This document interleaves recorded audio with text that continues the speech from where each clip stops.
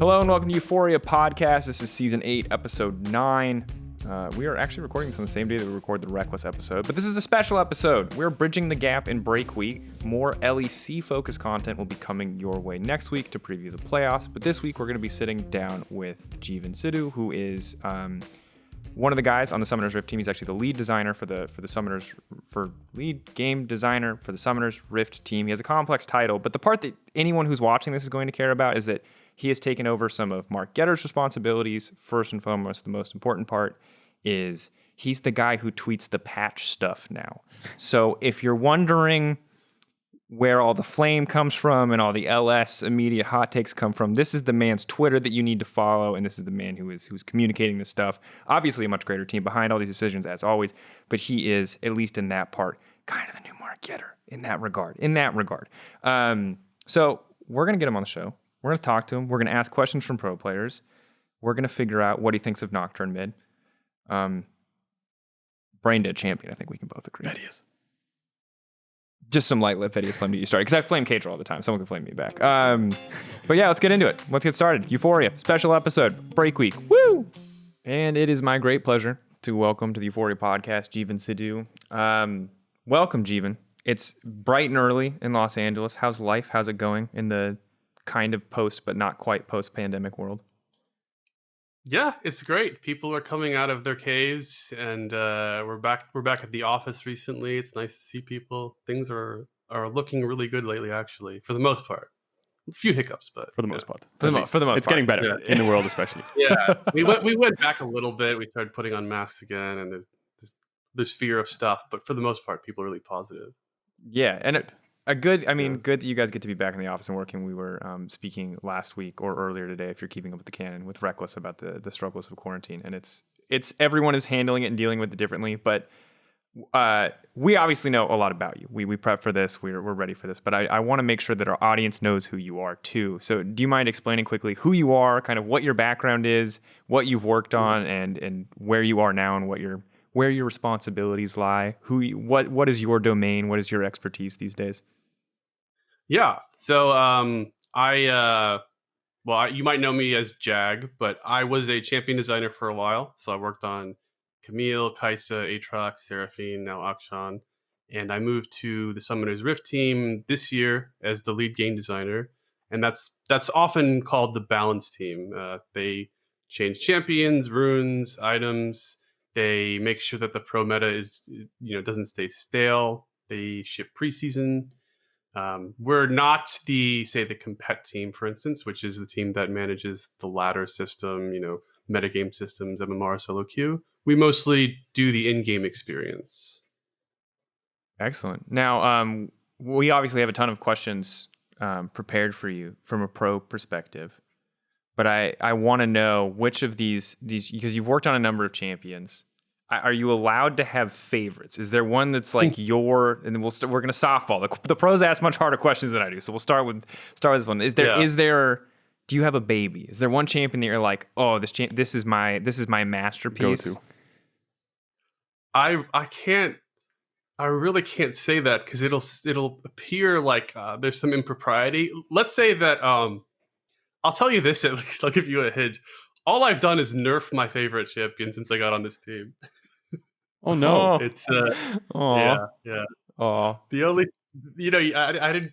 I have these plans of I'll come into this job and then just give 60% win rate to all my champs. No, all I've done is really just that's what I do. That's rough. Wow, it's a toss up. Is it Seraphine or is it Kaisa? It's so hard to know. Does a Hail of Blades nerf count as a Kaisa nerf? A little bit, yeah. Kaisa especially. It can't. I don't think it's Camille. Could be Kaisa. Divine. All right. Well, we'll let the detectives decide. We don't give us a definitive answer. The detectives can figure it out at home. I'm sure which champion has been exclusively nerfed.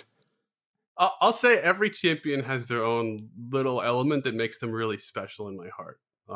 For instance, Seraphine was in many ways designed for a set of players that I think we don't design enough for, and that was really gratifying to do. Yeah, people who really, really love abusing healing and shielding. Those people. I'm sure there's a really valid demographic there, but from our perspective as people who watch pro, we're like, those people don't need any more champions, Jeevun. They're fine. They had one. No more. The Moonstone build is definitely the pro build, but most people on live seem to get like bodily injuries a whole lot on Seraphine. So there's a schism in the player audience there, I suppose. That is more respectable to me. I'll take a Leandry Seraphine. Just no more Moonstone Seraphine. No more Moonstone mid lane Seraphine, especially. That's all I want. I don't disagree with you. All right. Well, we have a wonderful bunch of questions today. Let's start with our first question from Freddy122, head coach of Rogue. Let's see what he has for us. Hey, it's Freddy, head coach of Rogue. My question is, how much do you keep up with the esports scene, and how much does it affect balance decisions in game? Yeah, pretty straightforward. What are you, an avid esports viewer? Is it something you assign to someone on your team? Jeevun, what's the connection between esports and the balance team? Yeah. So thanks for that question, Freddie. We keep up with it all the time on our team. Most of our team is a set of people who are like really engaged with the game, and even if they weren't actually working on this team, would probably be spending a lot of time on their weekends watching esports. It heavily informs our balance decisions because we're kind of constantly watching the evolution of the pro meta, and almost anything we ship, we like very carefully consider the effects of it in pro. Like as an example, Hullbreaker was sort of a rework to Sanguine Blade, and it meant to promote split pushing strategies. But a lot of the powered exhibits is very pro focused. It's like, how do you take a tower into a tank that is dedicated to defending this tower, and you're a squishy? That's like a very common pro problem that happens, here and there. This particular meta, it's not the core problem for most top laners to solve. But we'll watch games from many different regions, talk about what strategies they employed. I've been like demanding to see Malzahar for like months, and then he finally got pulled out in LPL recently, and I was like, yes, finally, we're there, we're moving the meta forward. He's so good into this meta with all these assassins. And then every our bi-weekly meeting, which is like state of the game, is when we evaluate every champion in the game. So we'll look at the pro presence of like all champions, and we'll really sharply focus on the ones that are like 80% plus, and evaluate if we feel like they're overpowered or if they're, blotting out other diversity in terms of champion picks. And then at a non-work level, like we love esports as spectators. We love the game. We're excited to watch pros optimize it. We're looking for pocket picks, secret strategies. We're just fans a lot of the time. And I've been an NA fan for a decade. Ooh. And I've been disappointed for a decade, but I'm still pulling for them, I appreciate that you stuck to your guns there. That was an opportunity for you to sell out to the audience here. I've been an NA fan a decade. Yeah. They've done me wrong, so I'm changing sides here in this moment. But I was hyped about the LPL there. The LPL is awesome, right? Yeah. We definitely pay attention despite them being out of our time zone or whatever, and they do such cool things there. So it's hard not to pay attention. Yeah. Definitely. Just going back to your point there about Freddie's question in general. You said that you're mainly looking at the champs, the 80% plus champs. Are you just looking at pick rate, I presume, then, the champions with the highest priority? Our presence metric is pick ban, and we don't tend to differentiate them too much in that, like, we'll say, oh, were you pick or banned 80+% of the time. We do know there's a difference. It's like, often champions that are rarely picked but like frequently banned are like red side counter picks. It's like, okay, blue side pick something here, they know the only way to deal with it is this, and they banned it, but otherwise no one would care about playing it. Like, what's an example of this? When Gnar was pro dominant, this was how Aurelia functioned, right? She was like, okay, you pick her into Gnar, and so the team would try to ban her, otherwise you wouldn't pick Aurelia a few months ago. So we care about pick ban. We kind of tend to more just care about their broad presence.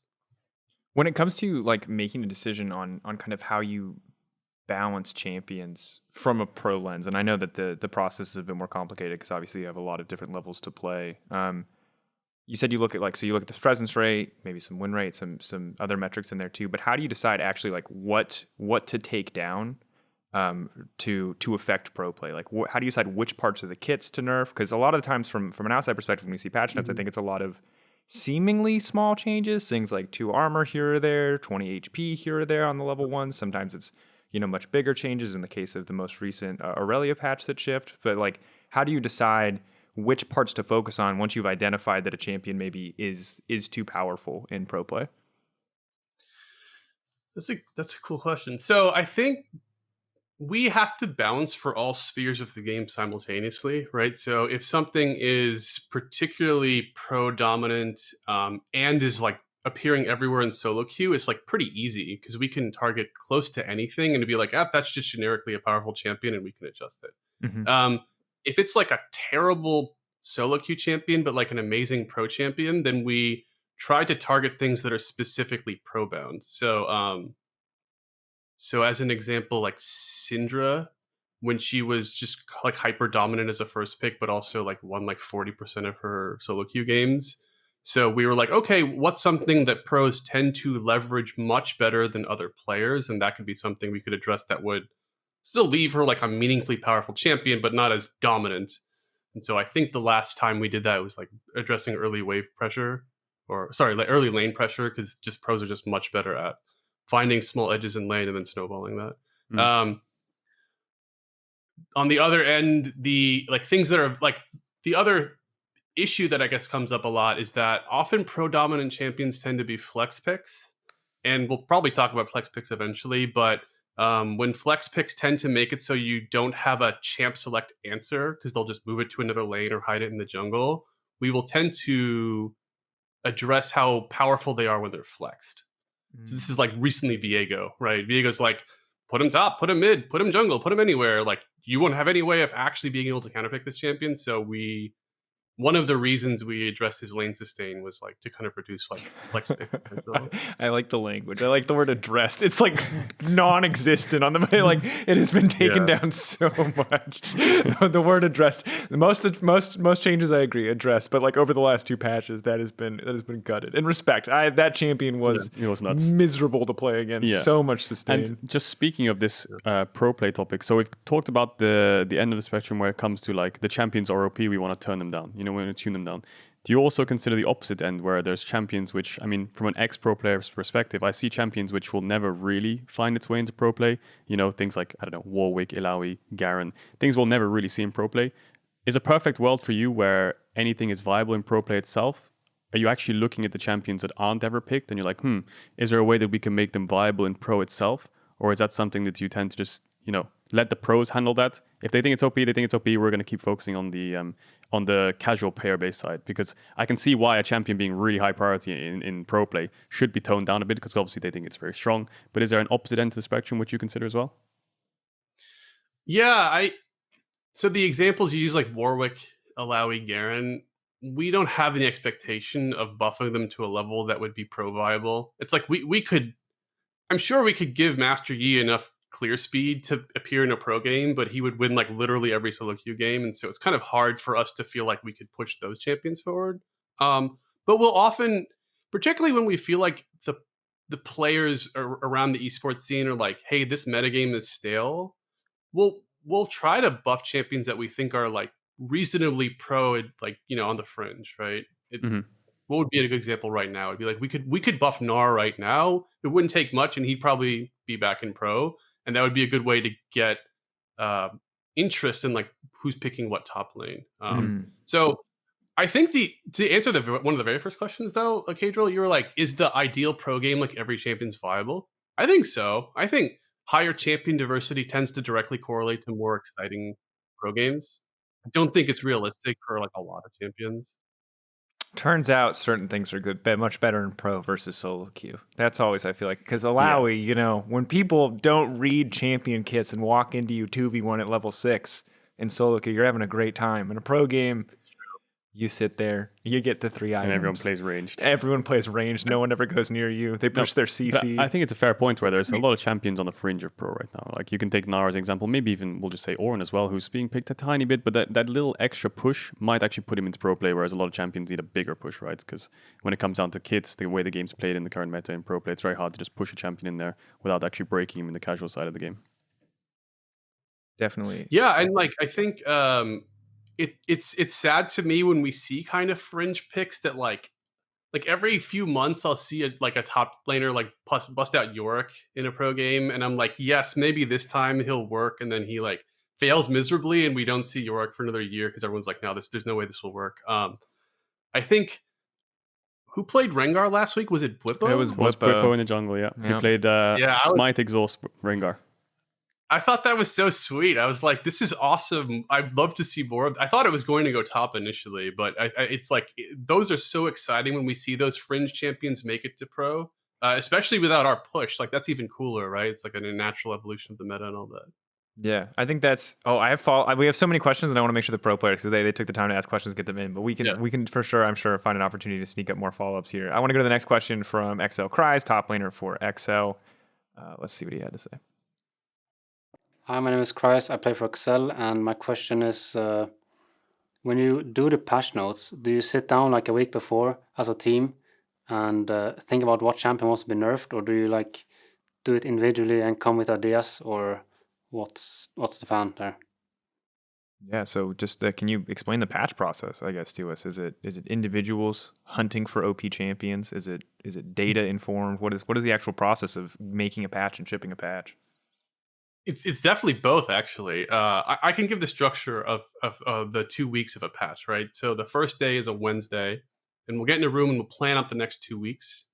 And at the beginning of these 2 weeks, we will focus on larger projects that we know are not trivial to do in like a day or two. So the most recent example was Dr. Mundo. We changed a fair amount of mechanics on him to make him not tragic in the jungle. Like, he punts small monsters. We changed his coefficient for damage. That takes a few days to validate that it works and it isn't going to break anything. And we have, the next roughly week and a half to work on those changes. A week after that, so the next Wednesday, is around the time that the last patch we finished will reach live servers. And so we play the game, we watch how people respond to changes, we look for surprises, we monitor our data pretty closely for the next 2 days to see if something spiked up, right? It's like, oh, wow, like, let's say last patch, like Rel got a pretty big buff. And so we're like paying attention to that. We're like, oh, okay, what was the magnitude of that? Do we need to think about addressing that and that sort of stuff? And then over that weekend, we'll tend to see more pro games. And so then Monday is our like state of the game, which is that meeting I referred to earlier, where we evaluate everything in the game. We look at solo queue, we look at pro play matches for the last 2 weekends, and we will look at what's OP basically and what's really underpowered too, and decide if we should buff or nerf anything. Pretty mindful of pro patches coming. So, the last few weeks we were pretty focused on 11-15. We're like, hey, this is the playoff patch. Let's make sure that the meta still feels engaging, and we're not going to do any crazy big surprises, but also we're not going to make it the same exact patch that they've been playing for the last few weeks, and make sure that it's stable was probably the biggest one. It's like, don't leave any obvious crazy OP outliers that will dominate this patch. And then we have until Wednesday to finalize those changes, and then the cycle repeats. So are you slightly more conservative when it comes to playoffs patches specifically, where you're like, we don't want to overload and like kind of not break the game in a sense, but, like give something that might change the whole vibe of the meta? I think we tend to be more conservative, and it's like a multi-patch effort, really. Is like we'll see in the last couple of patches what we think is particularly risky, and we tend to try to get ahead of that like a patch or two early. So like I think Viego's a cool example again, where it's like we already kind of poked his lane sustain in preparation for like, this guy is fairly meta dominant and we should see what we can do to reduce that. So we dropped the minion sustain from 100 to 50%. Didn't do much. But we were planning for that. We're like, okay, we'll have at least a patch or two to see the effect of this. And if it doesn't swing as hard as we wanted, then we'll just take another swing, because we just don't want it to be very clear when playoffs start, everyone's going to first pick this champion regardless. Like, we want to do everything we can to avoid that. You're going to have like a buffer. Yeah, to have a little time. We've tried things in the past. I mean, I wasn't on the team. What's like a good example of this? That Juggernaut patch like 3 or 4 years ago. 2015 Worlds. That's the one we reference all the time. Yeah, that was like perhaps the opposite philosophy, I guess. It was like, okay, let's do something where everyone is getting surprised as this patch goes out, including the pro meta. And like that had some issues. It had some cool stuff too. Like every top lane Darius got a pentakill in one tournament. Yeah, that was that was fun. So we talk about that too. I mean, I think obviously that was too much disruption to just drop on the eve of a patch. On the other hand, it's one of my favorite esports meta shifts, where it's like group stages. Darius is dominant, right? Elimination stages start, Darius is dominant. Some guys like, wait, Gnar exists. And then Darius gets wiped from the meta and he's not in a single like game in the finals. And I'm like, wow, that's really cool, like mid-tournament evolution. That's pretty thrilling. I would love to find a way to capture that again without, doing something quite as disruptive. Yeah. I imagine it would be a hard thing to capture though, right? Because I think in order for that kind of adaptation to happen, you need such a long period where one, the game isn't patched, which goes against the current cycle, and two, it kind of has to be to a certain degree for pro players, and no offense to the pros I know, but kind of like life or death for them to find an answer to this champion. Or the pros that I know at least are like, it's the meta, we play the meta, we're chilling. But until something's like so OP and they know that they have to deal with it and it's not going to get nerfed away, I think a lot of pros are like, we'll wait till next patch. We'll pick it up, we'll play it, maybe we'll ban it, we'll see what happens. But I think that's because I agree. In hindsight, at the time I was like, what the hell is the balance team doing? But in hindsight, it was a really crazy tournament to watch. Now, I can't imagine all the teams in groups felt that way who didn't make it to the next round. But I think from a spectator perspective, it was really entertaining. Yeah, it's interesting the perspective that pros have on us changing the metagame. I think I understand how that could be particularly difficult depending on the time to deal with. I'm sure we'll get into that soon too. Yeah. So thanks again, Cries. Let's jump into our next question, I believe, from Mac. Hello, I'm Mac, head coach of Mad Lions, and I would like to ask what the kind of logic is behind at least what I perceive as a recent increase in large patch changes on a more regular basis. Because if I compare to previous years, there would often be patches where they were just smaller kind of game tuning patches. And if I think back across this year, the number of champion reworks, new champions, new items, new game features, changes to jungle, changes to the way the turrets, the gold value of turrets, like a lot of larger scale game changes, which would previously only have been kind of mid-season or end of year patches, they've been much more frequent, which makes pro players' jobs adapting to that much, much, much more difficult. So what is the logic behind that? Yeah, I mean, so a lot in that question, I guess, starting with, I guess, do you agree with the sentiment that you feel like there have been a lot more, let's say, system changes or larger scale changes or changes that have been affecting pro play? Yeah, thanks for the question, Mac. To some extent, I agree. I can talk a little bit about how I thought the team has worked this year. So we've had a few patches this year of like pretty major systemic changes. So 11-13 was shrinking the amount of mobility creep in the game, and some major top lane focused buffs like Anathema's Chains, Hullbreaker, Sideline Gold. 11-10 was making the jungle more accessible. 11.8 was like support items were updated. 11.6 we nerfed a lot of like powerful sustain outliers. These all were like meaningful changes, but you can hopefully the theme you can see is like they were all done as in like priority responses to major problems because they disrupted the game, and that's actually okay with us. Like we like the disruption, but they were more about solving specific issues that I think most people agreed were like pretty endemic to the game. I think the Stridebreaker nerf is like an obvious one to me, where it's like that totally changed a fair amount of champions viability, but everyone was like, hey, Stridebreaker seems probably untenable at this tuning, right? Giving this dash, this cooldown. And so like doing the right thing for the game ends up changing it a lot. We also this year, to give credit to what he's talking about, we added a new pod on the balance team called Midscope, which was built to address champions that are either in a bad spot because they've been pro play balanced or they just could use modernization. So like two recent examples are Samira and Sona. Samira was very high ban rate and like starting to creep up in terms of pro dominance when we did some changes to make her a little riskier. And Sona's just felt pretty bad for a lot of players since she got nerfed from being a bot lane carry. So we've like kind of made it a consistent effort to make sure these champions get attention, and you probably are seeing the effect of that this year. And then the kind of other point was like about adaptation, and so I actually would love to kind of talk about this more, but I think I'll say at a baseline, we have changed the game every 2 weeks for 10 years in a row. And so I feel like we issue this challenge to every player, not just pros, that, hey, the game is going to change on you constantly and you're going to have to figure out how to adapt and re-optimize it. And so that's just kind of table stakes from my perspective. I mean, some patches are definitely bigger than others, and that might be more disruptive to pro players' plans and how they have to prepare for it. But on the other hand, I don't think we've had a large table flip this year on the order of, say, like 8-11, which was the marksman changes. Mm-hmm. And like I don't think we'll probably likely do that during a competitive scene anytime soon again. Yeah, because I remember in 2018, I don't want to get my words jumbled up, so I won't put any words in anyone's mouth, but Doublelift actually made a video on this very similar to the question, where he said, the game is changing very, very frequently, which affects pro players a lot.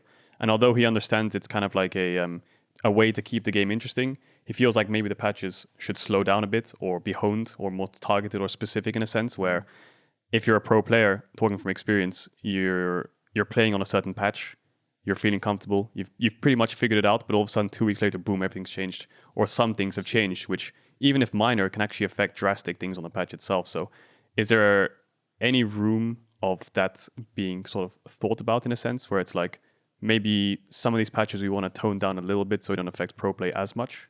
We talked about that earlier, just before you go, Jeevun, about that. But is there room, I guess, to change the cadence? Is there ever consideration about changing the cadence at which you patch the game? That's a better, yeah. You mean not every 2 weeks? Yes, changing that cadence. Yeah.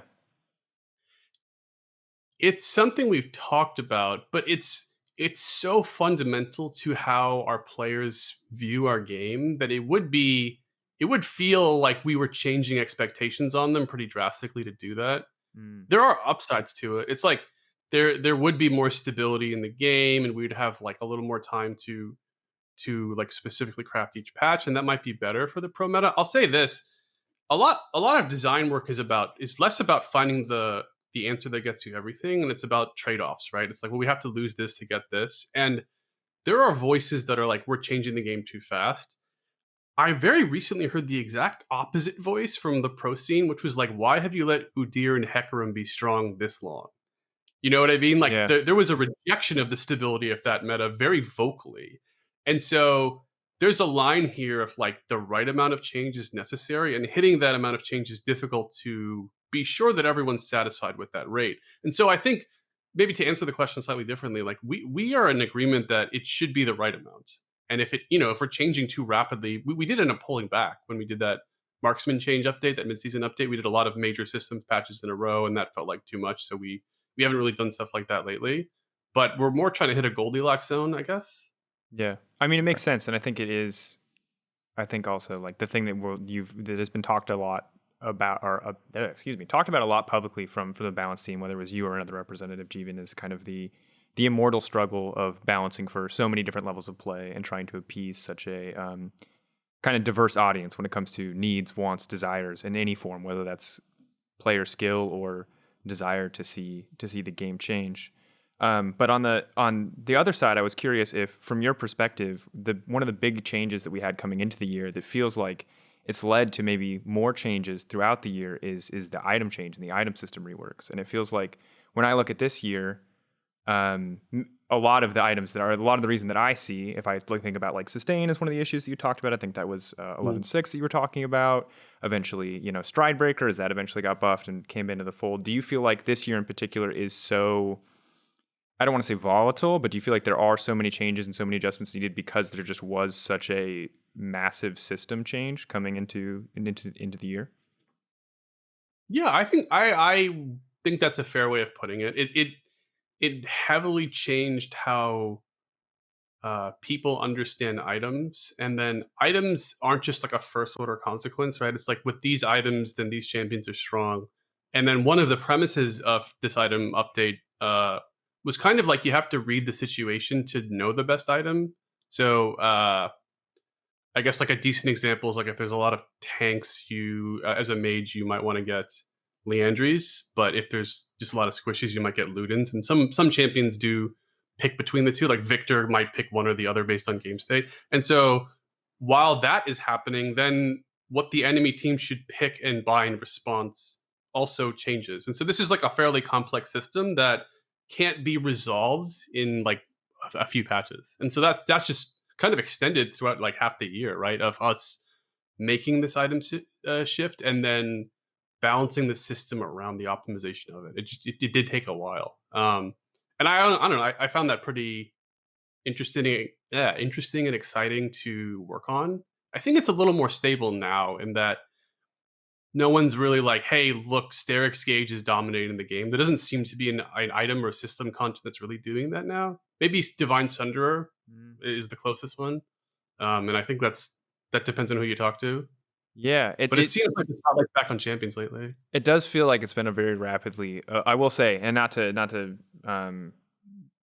go too crazy here, but I do think that it has just been a very wild year if I think back, because it does feel like obviously one of the side effects of this change is that there's going to be a lot of players adjusting to a lot of different builds over time. So I think it has been a wild year from a pro play perspective when we've had the patches where Ravenous Hydra is crazy. We've had the patches where Stridebreaker is crazy. We've had the patch where only Nocturne and Stridebreaker are crazy. You know, we've had the patch where healing was just, you know, and I think that there is not, and as someone who's not behind in the pro scenes, I can't say specifically the changes that make it harder or easier for Mac to do his job or harder or easier for the players to adapt. But I will say, just from an outside perspective, it has been fascinating to see how some of these items have risen or fallen in power. Things like Prowler's Claw, bring back the 60-second cooldown. Yeah. That's my one request. I would just want to push buttons. 90-second cooldown feels bad. No. To say something that might be slightly more controversial, like I think that level of disruption and uncertainty is kind of like the lifeblood of League of Legends. It's like if at any point you stop talking about how you're supposed to build or what champions are good here, like what is there to talk about? What is there to really what part of the puzzle is there left to unlock? I mean, I think a reason that people enjoy this game is that there's so many possible decisions based on so many different pieces of information that that feels like a vital part of the engagement, at least from my perspective. And while we're on items, just for one quick second, I wanted to ask you a question about items. And the biggest thing that I see that's kind of missing right now is defensive items for AD carries. Oh, here we go. No. Okay, so I'm a jungler. Yeah, so okay. I'm not defending AD carries here, but just something that I've noticed is I think Stopwatch is an incredibly powerful item, especially in pro play, right? And typically Stopwatch only really builds into GA and Zhonya's. And typically, well, it does. I don't know why it was typically. But the thing I've been seeing, especially a lot in pro play, is AD carries actually building Zhonya's. You know, Varus, Ezreal, just building Zhonya's because the item itself gives a lot more value than perhaps a Guardian Angel, like the actual active itself. Is there like a world of exploration or something that actually you guys have actually thought about of another build for Stopwatch for AD carries, perhaps? So this would be. Can I actually ask you a follow-up to that, Pedro? So what do you think that they're valuing about the active stasis effect on Zhonya's that is superior to Guardian Angel?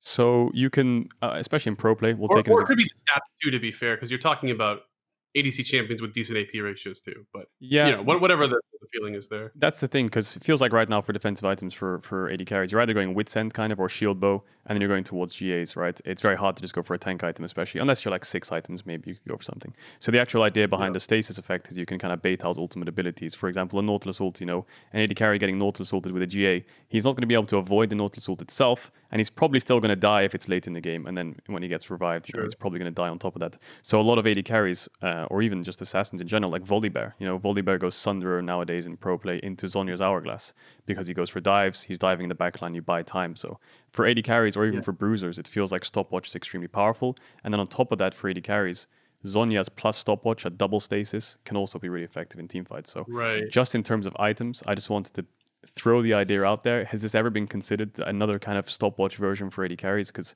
a lot of people are building Zhonya's when they don't really need the stats, they just need the item active itself. Yeah, this is a really cool thing to talk about. We've been noticing the rise of Zhonya's in multiple classes too. It's like I think your point is entirely true, and it's like also like Leona is buying Zhonya's even in the support role and stuff like that. The power of Zhonya's in the professional game seems to be very high. That's worth thinking about. It's like the active itself is overwhelming the purchase decisions, to the point where if you have a token AP ratio on Varus is, not token. It's just if you have relatively minor AP ratios, that's AP enough Varus to, like, players, you are valid. That ratio isn't just there for no reason. You guys matter too. yeah. I honestly just said that's something inaccurate there. Like they're pretty good, to be honest. But like I think the theoretical answer at least would be marksman should value the AD on the Guardian Angel enough that would make it like a much more strongly compelling option as an alternative to Zhonya's. And so if like a handful of champions who don't overwhelmingly prefer AD to AP in certain scenarios seem to be picking it up. Like, so I'd ask, like, do you think you'd see GA on Kalista or Draven? No, but I think Versus on obviously, yeah, having that item on a Kalista or Draven is very difficult. But actually, the item itself is just so powerful that it just sucks that they can't in the first place, right? I think when in pro play, especially, we can go back many seasons where it was like, you know, the old stopwatch where you got it to like 6 minutes or something. I can't remember what time it was specifically, but every single person would get it, and it would be so useful for dives, for buying time, for dodging ultimates. Like the League of Stopwatch. Right. I feel like the League of Stopwatch is slightly rising back up just because of Zhonya's, you know, and Stopwatch itself. And I think that Guardian Angel doesn't really provide many defensive stats other than the actual, you know, come back to life. And even in pro play, the come back to life kind of effect never really is valid unless you're against AD assassins, let's say, you know, like a Talon or a Zed, where they've actually gone in and they've tried to one-shot you, because these champions aren't necessarily played in pro play as much. So right. I just wanted to question you on like the actual idea of the stasis itself, because I think pro players value it perhaps more than a GA in most scenarios. And I think that it's just kind of like a missing item for AD carries for defensive items, because Maw and Wit's End is like the only magic resist kind of options they have. And then from that, it's just GA against AD assassins. So if you're playing Varus or Ezreal, I think that Zhonya's makes a lot of sense for them. Just Draven and Kalista, for example, don't really have that kind of build path. Yeah, I think the fundamental weakness of marksman tends to be they should be burstable. And we are willing to like somewhat mitigate that weakness by giving them defenses that are like, I will say they are not like unconditional defensive windows. So shield bow is a good example. It's like, this is a meaningful shield that also won't save you if you have a ton of people who catch you and are pouring damage into you, which isn't a statement that's true of Zhonya's. And this is to your point, right? Zhonya's is a fairly unconditionally powerful defensive window. I don't think marksmen should get that sort of stuff. Given the actual strengths of that class, they would just end up sort of warping the meta again if they also could, like, on top of what they provide, which is like very consistent scaling damage throughout the game, like the hyper carry level, very powerful objective status, super good synergy with like force multipliers, supports, enchanters. Also, like that degree of self peel is just too complete of a class package. Okay. And so the Zhonya's effect being offered to them is something that I don't think we would want to preserve without like a huge trade-off. And, you know, I think in this case, the trade-off does feel major to me. It's like when the Varus gets Zhonya's, his damage does go down a lot. And that is probably okay. But we would want, I mean, if it wasn't a major trade-off, we'd probably do something very specific to address that. Well, thanks for answering that. It was just a little bit of an off-topic question. Yeah. But just to bring it to your mind, Volibears, supports, junglers, everyone's building Zhonya's right now. And this item is really busted. If you get Zhonya's nerfed and it hurts EU at Worlds, the fans are gonna be furious.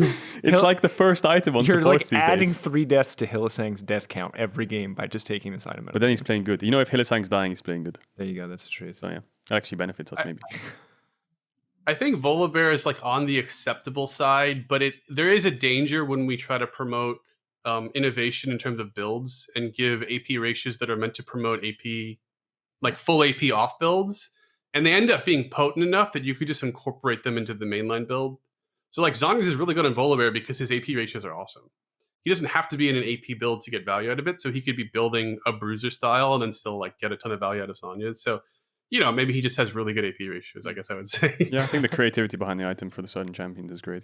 Yeah, I like it as well. And speaking of items, we have our next question again from Rogue Coach Freddy122 on this exact subject. I'm Freddy, head coach of Rogue. My question is, what has been the most difficult item or champion to balance for this season? Yeah, I think self-explanatory. On the subject of items, it's been, we talked about it already. There's a ton of items that have been hit, that have been tuned, that have been adjusted, that have been made even. Champions? What's been the most difficult for the team, Jeevun? I feel like, so if I said champion, I feel like you guys will know what I'm going to say, right? I mean, I don't want to make you guess, but Okay, I mean, is it Akali? yeah. Okay, Okay. so. I was like, Akali. I was considering Kai'Sa as well, but yeah, I think Akali. yeah. No, Kai'Sa is perfect. Akali. Sorry, I'm just kidding. Akali is we mini reworked her this year. Yeah. And then she still came back with a vengeance. And like the funniest thing is like we reworked her and everyone said, okay, this champion is just dead for high MMR. Like she's just not functional. Her lane is useless. And then she became 100% pick ban again, right? The champion's just so intrinsically powerful in the pro game. There's so much playmaking potential, but there's also just so much like specialized tools that are good into a pro's pick, and it's hard to balance her. I mean, I'll just freely admit we have difficulty with that one. Yeah, I think the champ has a lot of outplay potential, right? You can do a lot of playmaking, like you said. I think the biggest thing that stands out to me, of course, in the Akali change was like the E2, which was a very frustrating thing for a lot of players, including myself, where it's like, if she has 2 or 3 items and she's hit E1 on you and you know she's going to press E2, you're just completely one-shotted. And there's not much counterplay in a sense where she's just going to E2 back and then Q in the air. Obviously, that was kind of removed. But that was what the old Akali used to do, you know? Yeah, so I know people are wondering why we're buffing Akali's E, and I guess the answer is that feels like the fairest spell she tends to use in her kill combo, because with the combination of her other spells and mechanics, like you can't really dodge like RQ, for instance, right? Like that'll hit you, and she'll probably hit you with most of the rest of the combo if she's in her shroud. But at least the E is like a non-trivial spell to hit, I think. So that's why we ended up trying to boost power into it. We're like, okay, that specifically is the area in which we think pros would be able to like engage in the counterplay more. But that's maybe, that's still not really as effective as we'd like. Yeah, I think just from my perspective, from what I've seen from pro player Akalis, is what they would do is R1 and E1 at the same time. So as they use their first trigger of ultimate, they would EU. So as much as it is probably, I agree in a sense, the hardest thing to land on Akali, there are kind of combos you can use to make sure it lands in a sense. It's so... Yeah, I think you have to commit with the R to do that, which is something. But I agree with you. It's like in the right situation, committing with your R is probably going to be a play that will get you the kill. Yeah, I think that you know what? Honestly, I could say more, but I can see what our next question is, and this is the perfect example. This is sequenced so perfectly. Shout out to Paul who helped with this. Phil, why don't you just roll the next question, and we can just have a talk. We can have a conversation about everybody's favorite League of Legends champion post rework Akali. Hi, I'm Bukko from Fnatic, and I was wondering, why is it that champions are balanced in a way where they have to remove tools from their kits rather than add them in the future? Like, why does Akali have to be dodging tower's vision and then has to be removed in the future? Why does Viego have to have minion healing and then it has to be removed later? Why does Akali, a 200 energy, heal on Q and then it has to be removed later? And it turns out that even when you remove these tools, these champs are still really broken. So I'm wondering, why do all these champions have so many tools in their kits and when they get released and then they get removed? By the way, like it goes back to Camille. I can even remember, like this was like 4 years ago. Camille was healing on minions with W. It's like everyone was like, oh, after this nerf, the champ is unplayable. And then reality check, it didn't matter. The champ was too broken anyway. So I'd love to know why in God's name the champions get released with so many tools.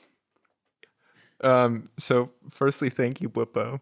There's something special about seeing a human being in their own with no other prompting enrage themselves through memory. Like it's just getting progressively more mad as he asks his question. And while the Camille example is really good, and I know you did work on Camille, I would love to stay on Akali because I think Akali is the one that people will remember the most. I mean, again, you had the dash ulti first, which was a micro stun, which was eventually taken out, or a short stun, eventually taken out. You had the tower. The Akali has been, I could be standing to be corrected here, but I think probably the most changed champion in the game in terms of next to Rise, but yeah, probably. Yeah, next to Rise, who's just been reworked repeatedly, right? In terms of individual mechanics taken in or added in, to the kit. Yeah. So thanks, Whippo. I love the way he talks, man. By the way, it's full of good style. He's a gym. So the most important answer is it's a lot easier to cut something and move on when you have too much and need to pull back than it is to create a brand new design mechanic after release. And then more importantly, and this is the harder part, like create the new art assets, like new animations to convey the new mechanic. Adding something is much more difficult than it is to cut something. We don't ever want to cut a mechanic when we ship it. We ship them with the expectation that they'll stay, but it's easier to be all right if we just clearly understand, hey, this isn't going to work. And to get deeper into like why it tends to go this way, a big part of champion design is, I like to call it, it's like making a D&D character. You know, you have the same amount of points to allocate. And so then when we add a mechanic that is exceptionally potent, we have to pay for it somehow. It takes up points. The way we do it for a lot of modern designs is we tend to remove power from invisible places like base stats, which are very meaningful in terms of power, but are also less clearly understood as a counterbalancing mechanic on the kit. So if you see a tools-rich kit, we've tended to take a lot of base stats out of them. That's one of our like theoretical balancing points, right? And we've missed on this on like base stats or tools on release in both directions. Sometimes we've had too much or too little of both, because it's incredibly hard for us to precisely predict what will be powerful when everything is balanced. We say this a lot, but more games get played on a new champion in the first hour on live than were ever played internally, because in the first hour, like literally a million games of the new champion get played. And so we just get so much more data that we can't have an expectation of accurately modeling player behavior comprehensively internally.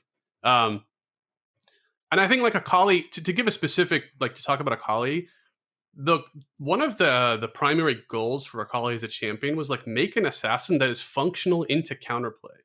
And that sounds kind of messed up, but like look at the assassin metagame in professional play before Akali.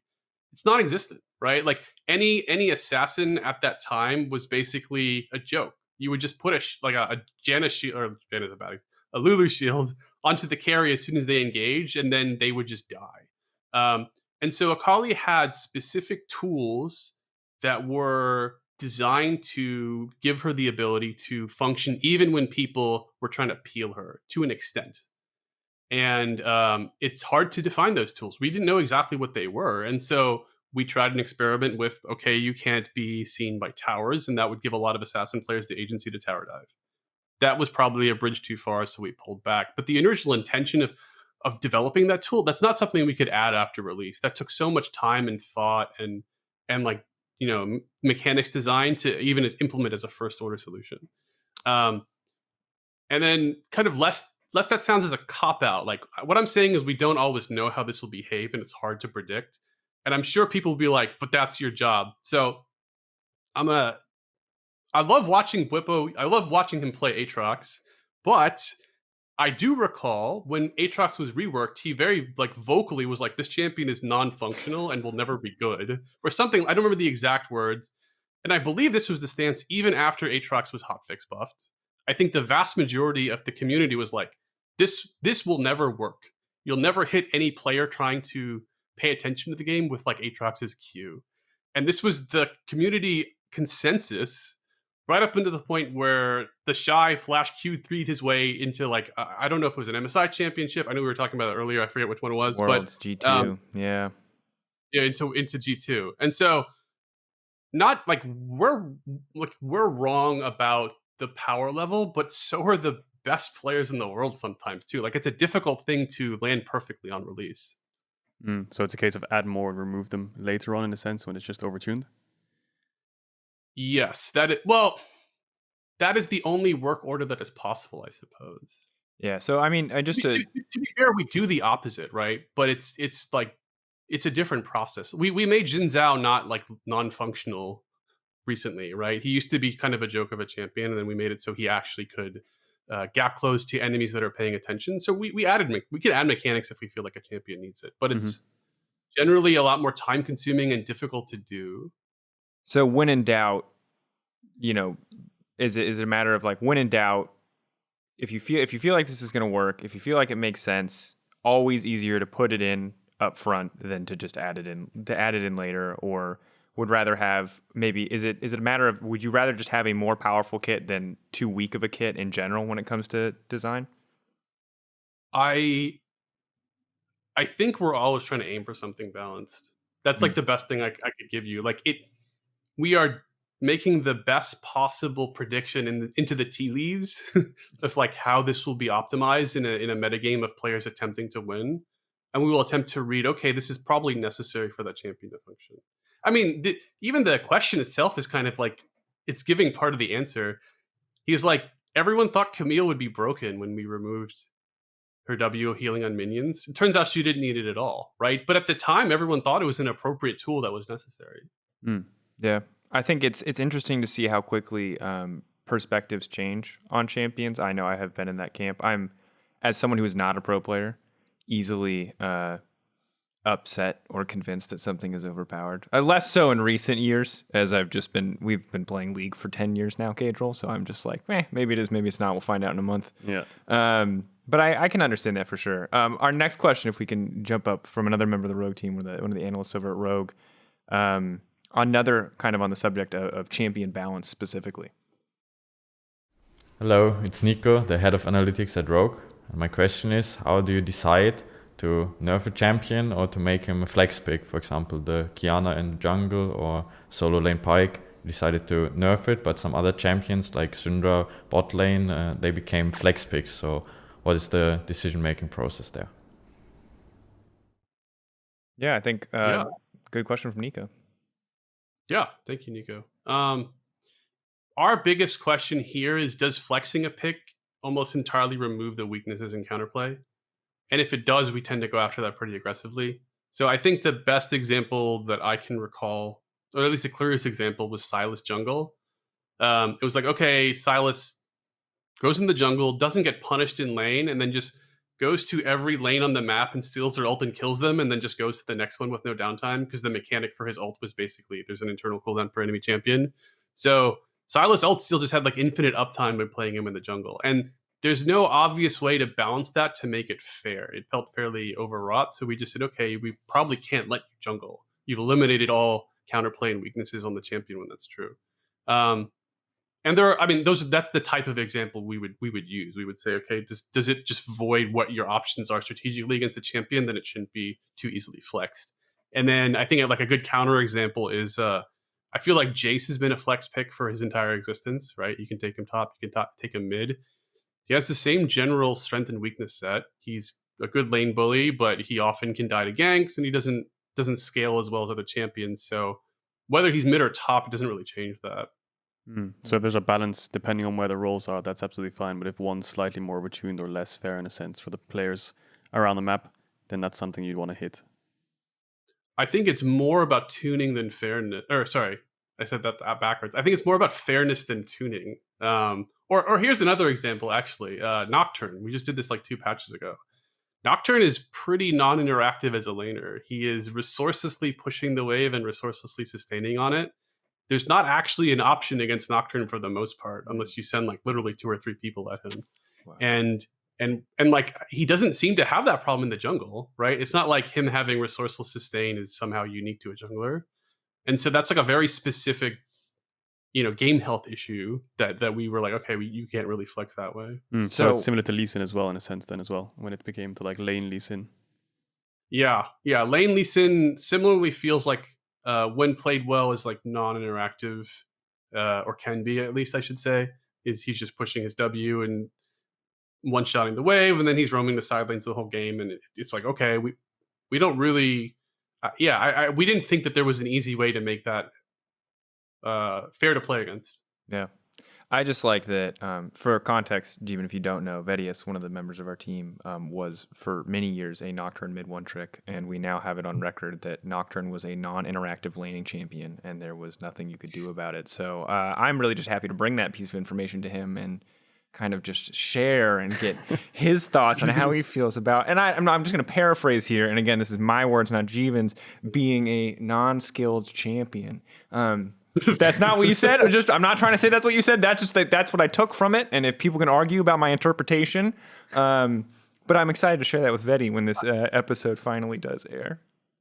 You can certainly take what I said about him being non-interactive to him. I will be willing to put that. I don't know if I'd say unskilled, because I'd be indicting myself. It's fine, I'll say it. It's unskilled. You push Q, you stand in the wave, you auto-attack them and the wave, and you win the lane. There's nothing more to it. And then you go bot and press ult. And then you go bot and press ult. Yeah. But if you're Vedius, you do it skillfully. It's an oversimplification, but not a major one. I love you, Nocturne players. Just want to give Vedi a hard time. All right, let's go for our next question. This one is from Zanzara, another energetic questionnaire. I'm excited to see what he has to say. Hi, my name is Zanzara and I'm jungler for Astralis, and I have a question.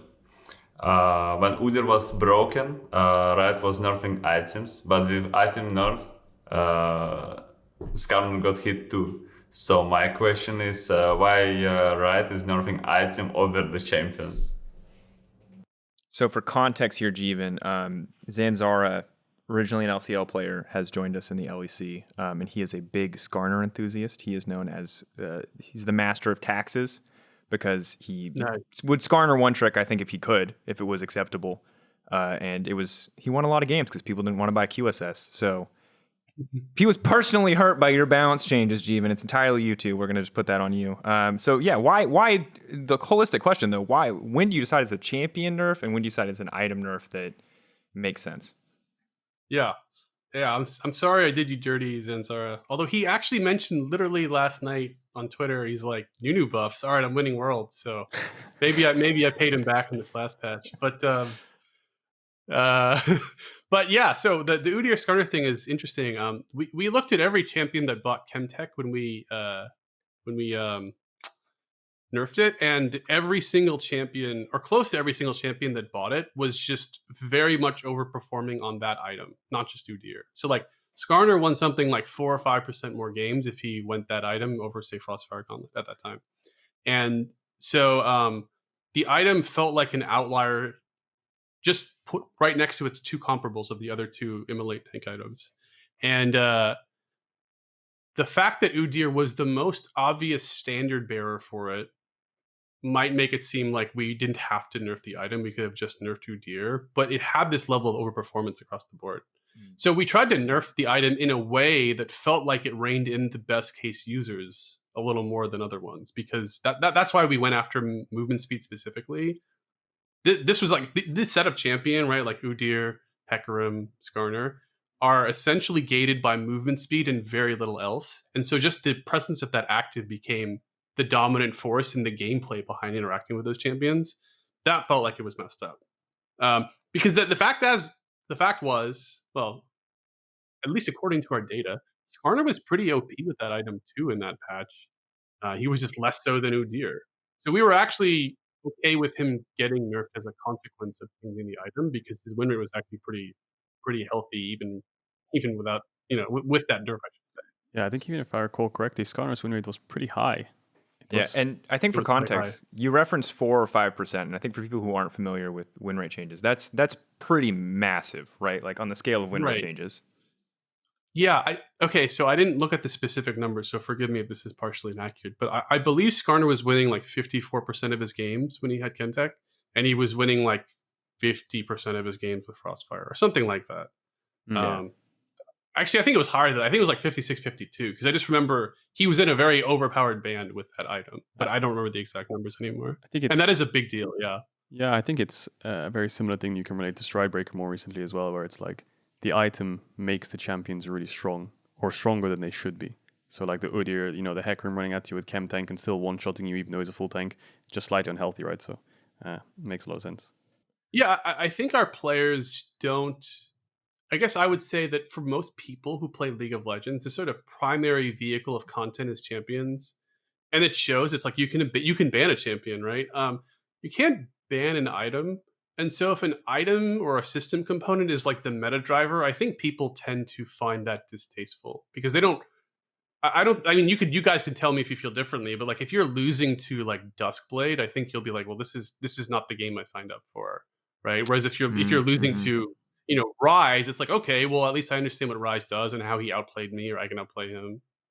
Yeah, it's interesting. It's, I've been around for a lot of eras of OP League of Legends. We were having this conversation. We were talking about Kha'Zix specifically and the interesting balance that has been Kha'Zix over the years. But we were talking about League of Cleavers, I think, the other day, where Black Cleaver was just the most, and that's probably one of the most egregious, right, examples of any kind of item issue, where it was next to Sunfire Cape when that used to stack. For really, shout out to the old ones who are watching this.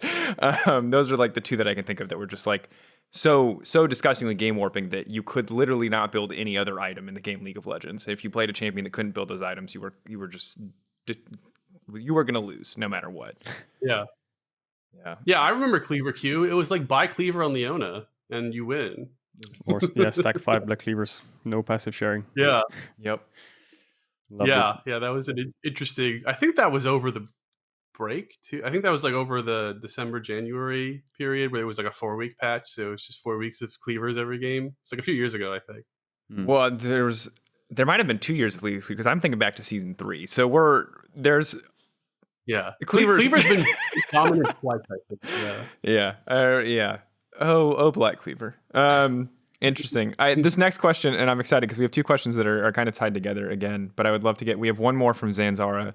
Very simple, very to the point, but I think we have to hear him deliver it because I think it's just so iconically Zanzara. Hi, my name is Zanzara and I'm jungler for Astralis. And my question is, why Udyr can slap and Akshan can resurrect? Why? A simple yet also very complex question, Jeevun. Should we like I think you can distill it for yourself. I think why one champion can slap, another champion can resurrect. Yeah, I'll start and then you can steer me if you want. I think the easiest way to approach it is that League is an evolving game. It always has to move forward. We're not okay with the game feeling stagnant. That's kind of what we promise you when you install this client. And to be frank, we've done all the simple stuff that we can do. There's only so many more spells that it's like missile that flies and CCs you, right? And so they have to get a little more complex if we want to keep moving the game forward. And honestly, players seem pretty sharply opposed to us creating similar feeling champions. We get that copy your homework meme flooding us when we do something that people feel like they can see or understand pretty well. And so I guess you have to keep in mind that a lot of new champions move the game forward in vital ways that seem scary. And I think my favorite example is like we look at Yasuo on champ design a lot. The melee carry class didn't exist as a skill fantasy before Yasuo. It was Master Yi, Jax, Tryndamere, Xin Zhao, run at you and right click you to death. And players wanted more. Like they told us all the time, they're like, where are my like high skill fantasy melee cleaver berserker type characters? And he did that by breaking the game by adding wind wall and saying I can interact with a certain amount of time without the marksman two-shotting me.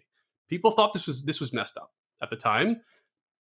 I think it's really added a good dimension to the game, and it's like kind of broadened the way to make cool melee champions popping off and looking sweet doing it, right? Like the actual viewing experience of Akali fighting Yone fighting Viego now is awesome. It's like an anime battle, right? And funnily enough, I had a Twitter exchange very recently where someone was talking about how we're designing Akshan, and he's like, "So," and I'm not making this up. He said, "So you're saying, based on this sort of strength weakness paradigm, we can make a champion that can instantly kill 5 people, but it's okay because he has no CC? I'm scared for the future of League." And I'm like, okay, well, what about the past of League? Because you're describing Karthus, right? Yeah. If we made Karthus R now, can you imagine the response? People be like, wow, Riot just making a literal pentakill from base button. Karthus is 11 years old. Yeah. That's a really good argument. I will give you that. That's a fair argument. Yeah. I wish I could say that I wouldn't be one of those people. I'd be like, wow, I'm really, guys, this champion's going to be a pro play problem. Doesn't matter what his numbers are. Just global assist machine. Interestingly, though, I don't care about Serac ult. I don't think I would care about global heal. Kind of annoying. Yeah. Weird. But global damage, infuriating. Maybe a bit mad, yeah. It's like, it's deeper than that. I think Karthus is cool. It's like low counterplay global damage, too. It's like, if you don't have Zhonya's, this hits you. Sorry, right? The moral of the episode is Zhonya's. Everyone needs Zhonya's. That's what we're trying to tell you.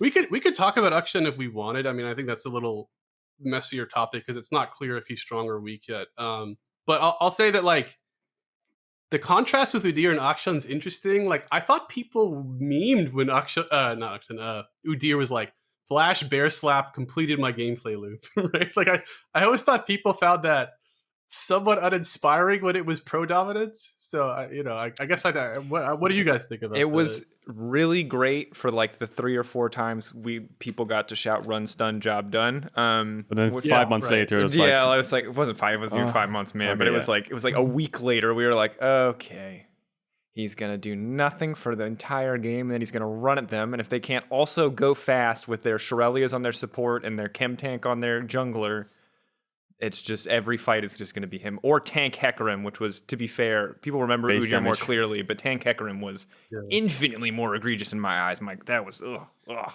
Yeah, base damage. And then, so just with the question itself, Udyr's basic kit is very, very simple, right? I think that it would take, it would be very easy to just learn Udyr's spells, basically. I could tell you them in a sentence each, whereas Akshan would be a lot more complicated. Is this, like you said, League's evolving? Are those champions like Udyr in the progression of League looking to be sort of updated and reworked to kind of match the current state of the game itself? Or is that something that, flash stun, it works. If it's not broke, don't fix it, right? It works and people enjoy it. Yeah, I think there is plenty of room in League for simple champions. I should go a step beyond that. League needs champions to be simple because we view it from a perspective of a set of people that are really engaged with the game and who've played it for a decade and really have the mental capacity to understand everything. But this game would die if people didn't keep playing it fresh. And so it's really hard to be like, hey, you're new to League. Sorry, Master Yi has like 12 optimizations now. You won't be able to figure out how to jungle. So these types of things are vitally important to retain. It's a lot easier when they're also engaging and functional. How about Ashe? Ashe, I think, is a good example. I don't think we would ever really need to change Ashe because what she does is unique and interesting and powerful. She's the marksman that gets to engage from like meaningful distance. That's just a unique output. We wouldn't ever need to modernize that. She has a cool thing. Something like Udyr doesn't quite feel, to me at least, that the simplicity also has a unique payoff that you'll be like, well, this is cool. This is what Udyr does because he kind of runs at you. Yeah, like he could use more interest, I'd say. Yeah. Like the idea of stance dancing druid is awesome, but it's probably not exactly delivering that in modern League standards as much as other champions are. Yeah, and I think modern is a key word for me, right? Because I feel like 3, 4, 5 years down the line, you have to wonder, do these champions, as simple as they are and as welcoming to the game as they are for the new players, do they become just outdated to the point where the newer champions, just there's no reason to pick them. Yeah. It's like, or Annie's another good cornerstone example. She's simple, but she actually has a pretty good reason to be picked, which is like, you're into a mobile assassin that is good at dodging skill shots. Because Annie mid right now is like actually very powerful at Challenger MMR. She just stuns the Yone and he just collapses and dies. And so despite her having a simple kit, it also is a sharp kit. It's like, it's got range weaknesses, so it isn't meta dominant. It's not great into an Orianna, but into short range meta games, she's pretty powerful. And so I feel like, hey, at any point in the game, you could see that Annie could have a powerful use case despite being very simple. It is interesting because I see the kind of, I like having these simple champions, and I think I take for granted looking back at the Udyrs of the world, like, because Akshan, people have memed a lot about how many lines of text there are in Akshan's kit, right? But like when you've played the game for a long time, there's a lot there, but like when you break it down into simple pieces, it's not, I don't think it's overwhelming, at least. Then again, I'm one of 6 people who's read Aphelios' kit, so maybe I'm unique in that. But I do think that it requires a much higher knowledge base of League of Legends just to understand what those words actually mean on that page, as opposed to just like picking up Udyr and now you're a bear, now you're a turtle. Like you hit people and it does slightly different things, So that's always... Yeah, I mean, I gave the advocacy for simple champions. I could give the advocacy for more complex ones, and you kind of already said it, Dracos, which is like, people have been playing this game for a long time and are going to master the simple stuff if we offer it to you. If we give you a champion that's like, hit these skill shots of a variety that you've seen before, I mean, people can be like, I'll figure this out in a day or two. But Akshan, I want you to need some time to figure out how to use him. He should be an engaging puzzle that you get to say, I'm excited for the next few weeks of League. This new champion is going to give me something that I have to unlock. And part of that is he has to offer a fairly wide range of dynamic skill tests to do that. I think where this can go wrong, and this is where people tend to feel, opposed to a new champion design, is that when that complexity also has much more agency or just a much broader toolkit than the previous champion. Because that isn't just a puzzle for the player that is engaging. It's also now he always beats you. Yeah. Right? Does that make sense? Yeah, I think that. And so if I can, I think Aphelios is a really interesting example where, and maybe this is a different example to the one that you're talking about, but to me, there are certain, if the burden of learning the champion is, it's cool and it's great, but ultimately if it becomes because you know what your champion does, it becomes this knowledge gap where if someone else hasn't read your kit and doesn't understand completely 100% what your champion does, they just lose to it every time. That's, I think, at least for me, and maybe this is a different example, how a lot of people felt when Aphelios first came out. And some of that was obviously added in with the ability to see both guns of what he was using and adjusted as people just frankly learned what the kit did. But he's another example of a champion that I think outside of blue ult, which was obviously just very strong when he first came out, an example of a champion where if you were just playing against a champion and you weren't the player trying to master him, it was very daunting because you were kind of forced into this mastery conundrum. Yeah. I'm sympathetic to the notion that Aphelios had a moderately large knowledge burden for the opponents. And I think that's either way. I go back to an earlier question, which is sometimes we have to do something that is risky and not fully understood, because if we did the safe thing, the game would honestly be pretty boring, and I kind of doubt it would have lived this long if we only did the safe thing. So I think there's a strong reason to do something exciting and possibly somewhat unknown with Aphelios, and we learned something from him. We learned a lot from him, honestly. Yeah. I like him. I'm a fan. You're an Aphelios one trick kind of. It's true, because no one knows what he does. You swap both guns in bot lane, and they're like, why do you do damage now? And it's not a lot of damage, but it's more than you did 2 seconds ago with green gun, red gun. And because I feel despite being horrible at League of Legends, I feel like I can outsmart my opponents without actually having, no offense to other Aphelios players, highly demanding mechanical moments. Outside of the baseline expectation for AD carry. That said, Akshan, probably someone who's good to talk about, especially with our next coach coming in from our next question coming in from Vitality. Hi Jeevun, I'm Tash, the head coach for Team Vitality, and I would like to know, how is it seeing all those Twitter comments about Akshan?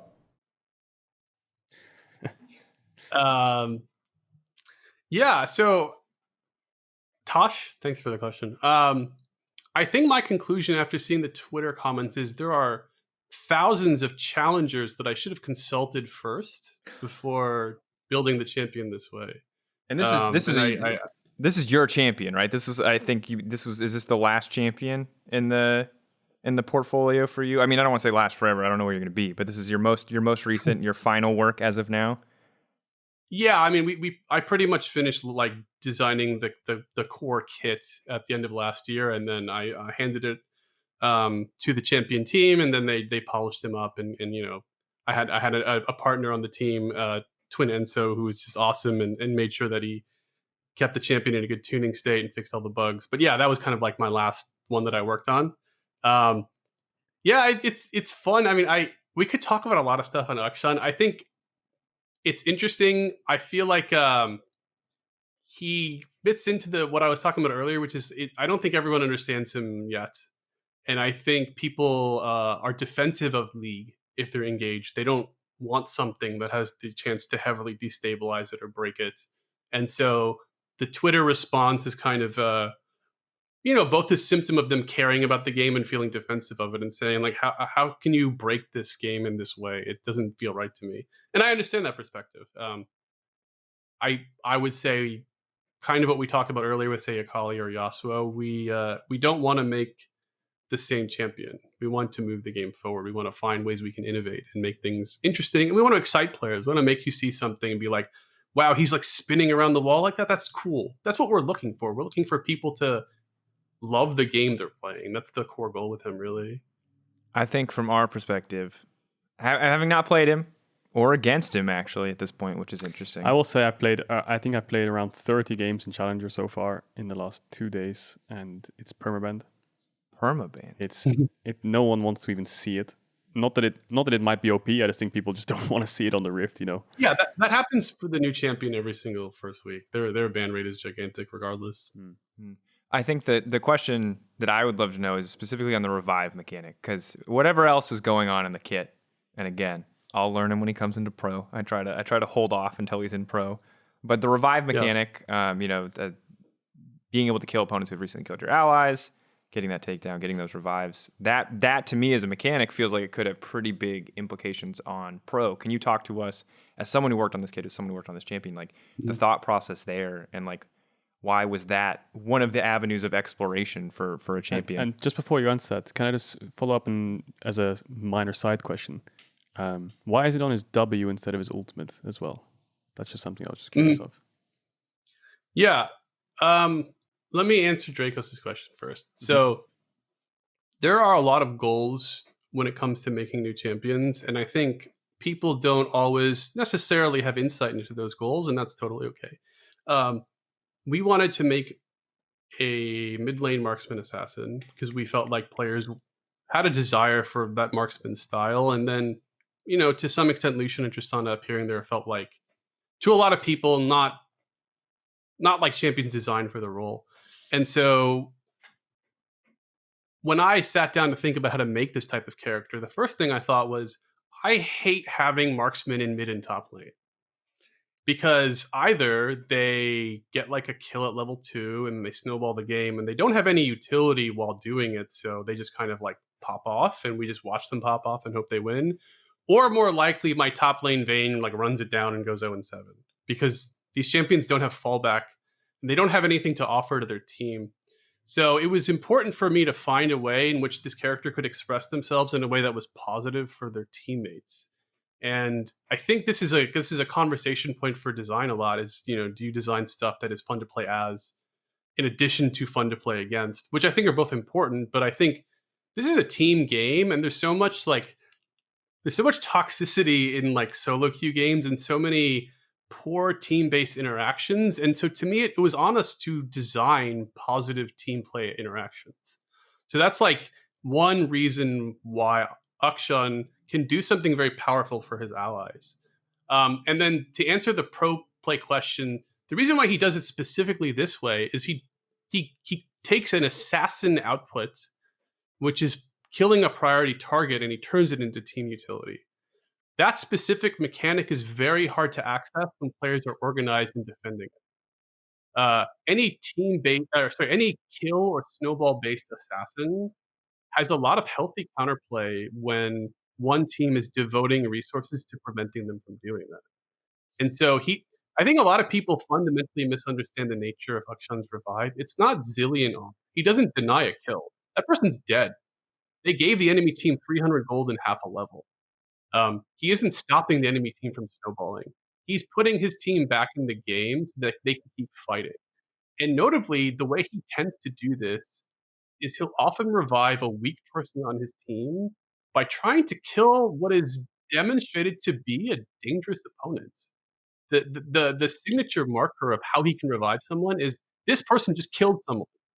It's not like finding a Nami warding the river in one shot, right? It's like kill the Viego that just killed 3 people. And if you can do that, then maybe your allies can join you soon, but it doesn't reverse the kill, right?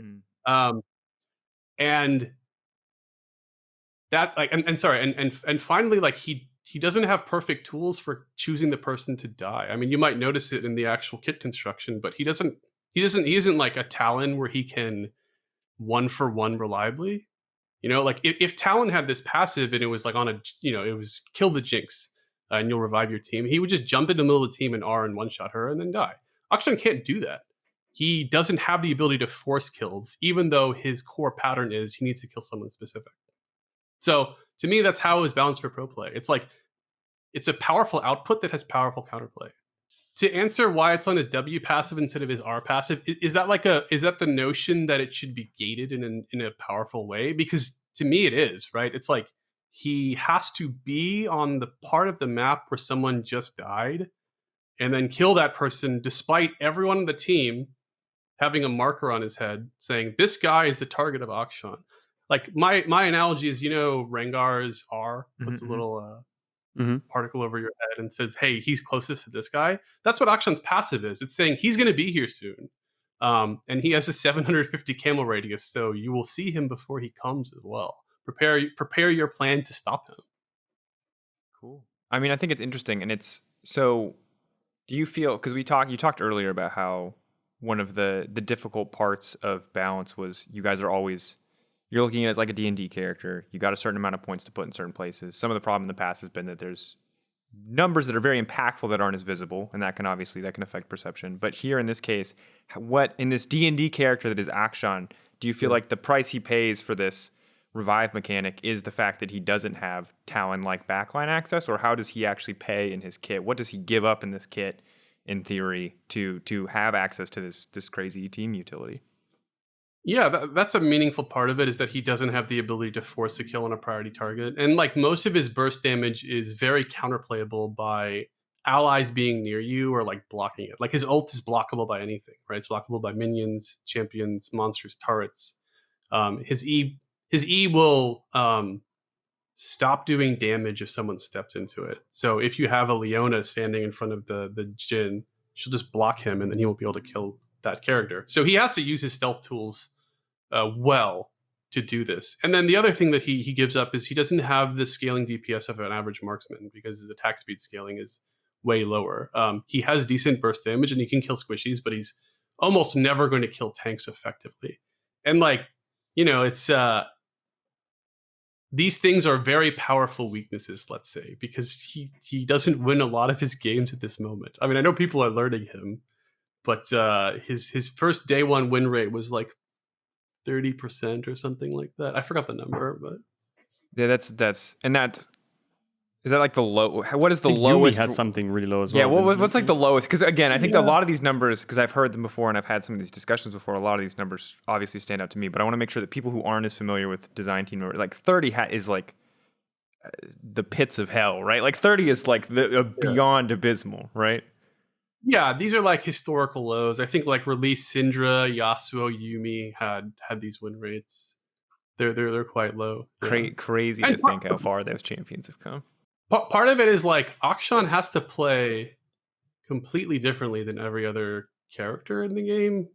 He's playing a marksman that misses some fundamental marksman tools, and he's playing an assassin that misses some fundamental assassin tools, and the tools that they have kind of create combinatorics that are powerful and different. But that's just a new win condition, and he'll need time to be optimized. I think he might be weak, to be honest. Like we're still trying to figure out how powerful he is, and my current leaning is he's probably on the weak side, but we'll get more data. We'll find out. Maybe he's available for Worlds, maybe not. We can give you a first-hand report. A weather report. We can keep you posted. We can call you in on the analyst desk. Jeevun, is he too strong yet? Like, yeah, all right, that was a pentakill. He's too strong now. We can get you. Yeah, could you do that if that happens? Sure. I'll definitely adjust it on that. I have no authority to do that, but I will try. Yeah. Well, the producers will make it happen somehow. They got magic. I think a lot of the pro analysts that have looked at him, they're like, he's probably not good in a professional game, right? Yeah. I mean, that was my understanding, at least.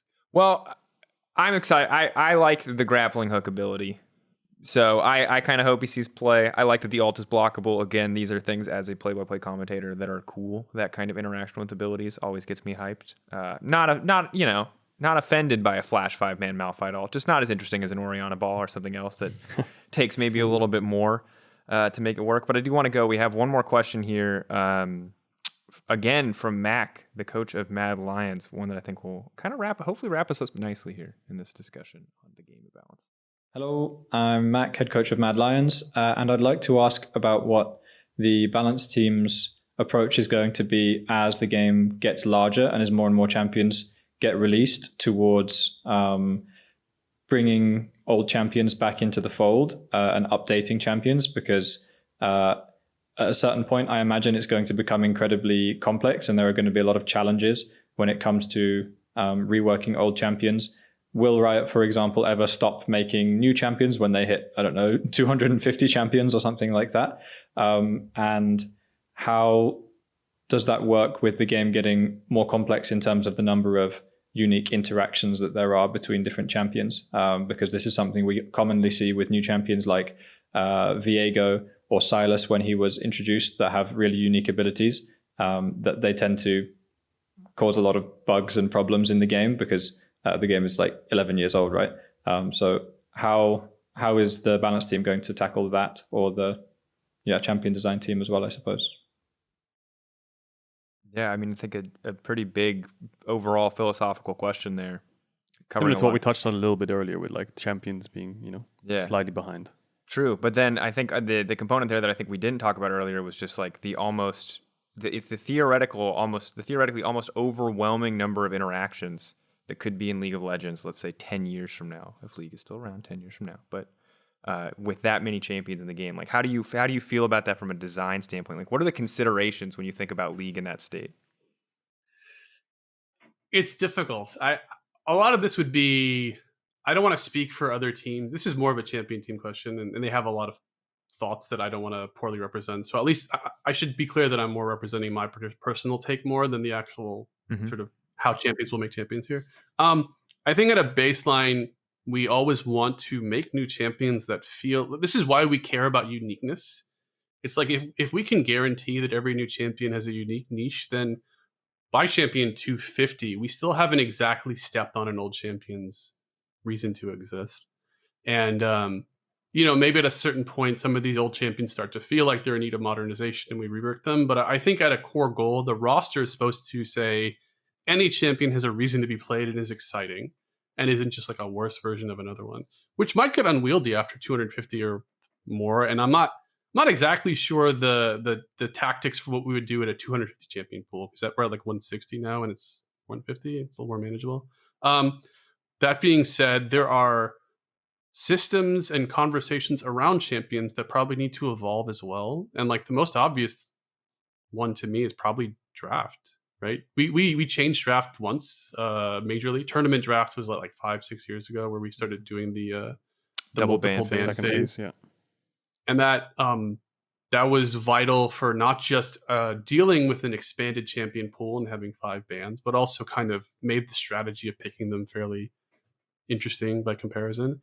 It's possible that needs more iteration. It's possible we need to think about how we approach the game at not just an in-game level, but that sort of draft phase. But I don't know. The space is pretty open. There could be some interesting new solutions that I haven't even like gotten near thinking of. I'm sure we'll have people come up with cool ideas. All right. I mean, I'm ready for a draft change. I say that as someone who has third ban phase. 5 bans all for the 5th pick. Just 5 more bans all loaded on for last pick. Only for red side. And just then they lose lane anyway. Nerf red side into the ground. I mean, if there was something that I think would move the game forward, it would be like find ways for more champions to be picked. Find a situation where it isn't a troll pick to pick Alawi. I mean, if we can get to that state, I think the game would feel very vibrant, even if we added another 100. Yeah. Sorry, for some reason I thought you were going to say 150, so I was waiting for you to say 150. Oh, sorry, 100 more champions. Yeah, no. I have no idea why. I was waiting for us to get to 310. I guess that's the number that I'm really, really waiting for. That's the one that does it for me. Is there? I don't know what the right number is. Yeah. Is there anything, before we let you go, Jeevun, again, thank you so much for taking the time and answering the questions of all of our pros. Thanks to the pros and teams that submitted questions. But is there anything that you can share or want to share? Or is there anything spicy? Is there anything you want to put out there? Like, this is, you have a podium. Do with it what you will. What have you got for us? No pressure. There's going to be so many people who could get mad at me if I say this the wrong way. Okay, wait. I'm interested from our perspective. There are a wide range of champion picks that are interesting and are powerful and likely to meaningfully improve a team's chances of winning if they were willing to devote practice time to it. But teams are fairly unwilling to take risks at this moment, is my perception. Like the example I talk about a lot internally, I want to see why people don't pick Fiora into Gwen. I like have this one example over and over. I'm like, that matchup is so rough for Gwen, and people are blind picking Gwen every game. And at some point, at some point, you could find a situation where you could know who the jungler is, but they don't counterpick Fiora too deeply, or counterpick Gwen too deeply. They play the meta pick that was second or third in the tiers list of top. And like I'm interested into why that structure works that way. So just on that specific answer, I think a good baseline answer I could give you is just the way the meta functions right now. So in a pro play perspective, dragons are so important, right? So team fights around the dragons are really important. And I think a lot of pros would agree that Fiora struggles in team fights, especially. She's more of a side lane, 1v1, 1v2er. So win lane is, I don't know how the matchup goes personally, but let's say Fiora hypothetically does win that lane and gets a CS lead. It's very hard to kind of pressure the map out of lane with a non-team fighting champion versus a Gwen who will be slightly behind, who is also very strong in fights, right? So that's why we don't tend to see kind of counter-pick split pushers as much, similar to like a Jax, for example, who only really functions into Camille. But even then, the Camille's more useful in fights. So I think it's just the way the meta functions. And I think that the tower changes on tier 2s with more gold gives more incentive to do that. Hullbreaker, of course, does as well. But because of how powerful the dragons are right now, I would presume that's the biggest reason as to why we don't see those kind of picks. But that's what I'm referring to, is like we have a fair amount of data internally that suggests that Hullbreaker is really strong.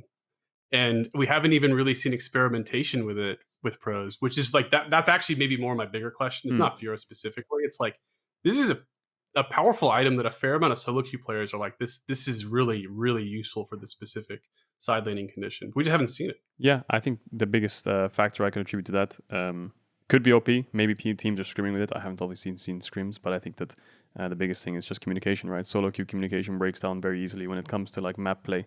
So dealing with side laners becomes a lot more, harder. If one team starts Baron while also having someone pushing a side lane, you have to make a decision. Do I contest Baron? Do I deal with the side laner?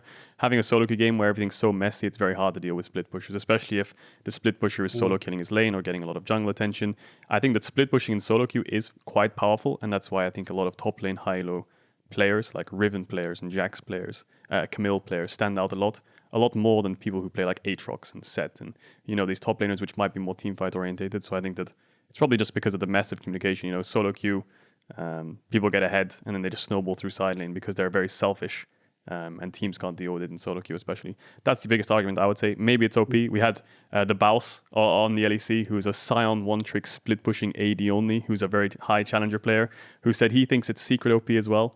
I don't think he thinks it's a secret. He tells everyone every chance he gets. Yeah, he says, this item's OP. This item is broken, I think is exactly words. I think the incentives given as well might start to bring out more of those ideas. But I like that discussion. Yeah, definitely.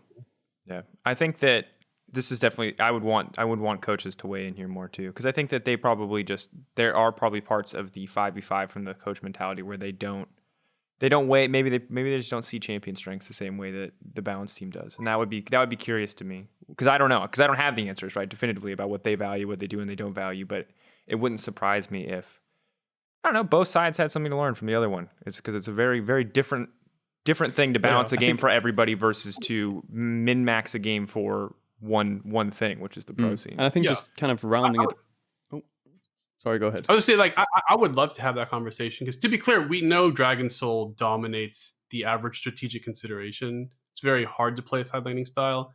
I actually just feel like it's more viable than I think the pro scene perceives might be the way I would view it. But I would love to hear their take on it as well. Yeah, I think it just goes in a sense full circle where it's like, patches every 2 weeks. Dragon Soul's still really OP and hasn't really been changed. And it's hard to find kind of exploration ways of counter picks because, for example, from just a pro player perspective, Monday is the practice day. It's the happy day where everyone on a new patch or whatever just practicing random stuff they found in solo queue. But then from there onwards, maybe Tuesday as well, if they're finding something. So from there onwards, it's just standard, kind of meta-orientated fixing team problems rather than innovation. So it probably will come to pro play one day. How do they present that thing I found in solo queue? Like, how is that like? How do you bring that to the team? I'm interested in that process. So most teams have morning meetings every single morning in the weekday on what they're focusing on, what they want to focus on. And from my experience, Monday 11 a.m., Tuesday 11 a.m., Monday especially, you come to the team and you say, look, I've been playing solo queue over the weekend and this champion is demolishing me, or this item is OP. I really want to try this matchup specifically, or this mid jungle 2v2, or this bot lane matchup, to try and, find a way around things. Like Ziggs is OP in bot. Maybe I want to try AP Kog'Maw because it outranges him and it outscales him or something in the lane. And then you try it for Monday and Tuesday. The enemy team doesn't pick it. Maybe you can say, hey, guys, can you play Ziggs one game? It's OP. We'll give it to you. Can we just want to try and counter it?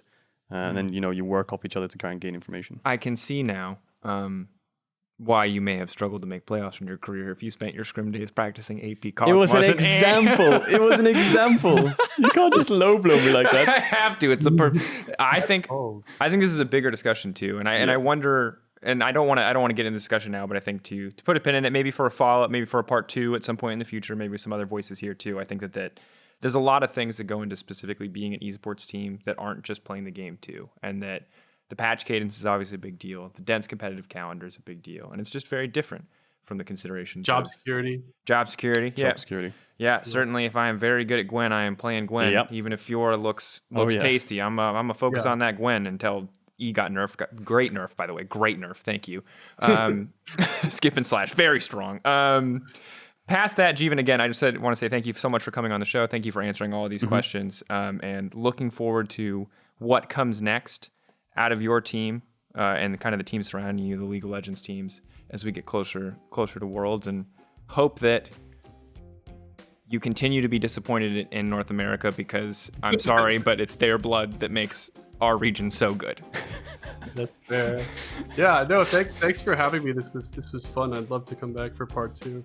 I'll show you next time. I'll have something that's not 200 years. It'll be 40,000 years. Oh, 40,000 years. I like it. Okay. Yeah. I'm ready. Okay, we're committed to 40,000 years. I like it. All right. Thank you again. This has been Season 8, Episode 9. We'll see you guys next week for more Euphoria heading into the LEC playoffs.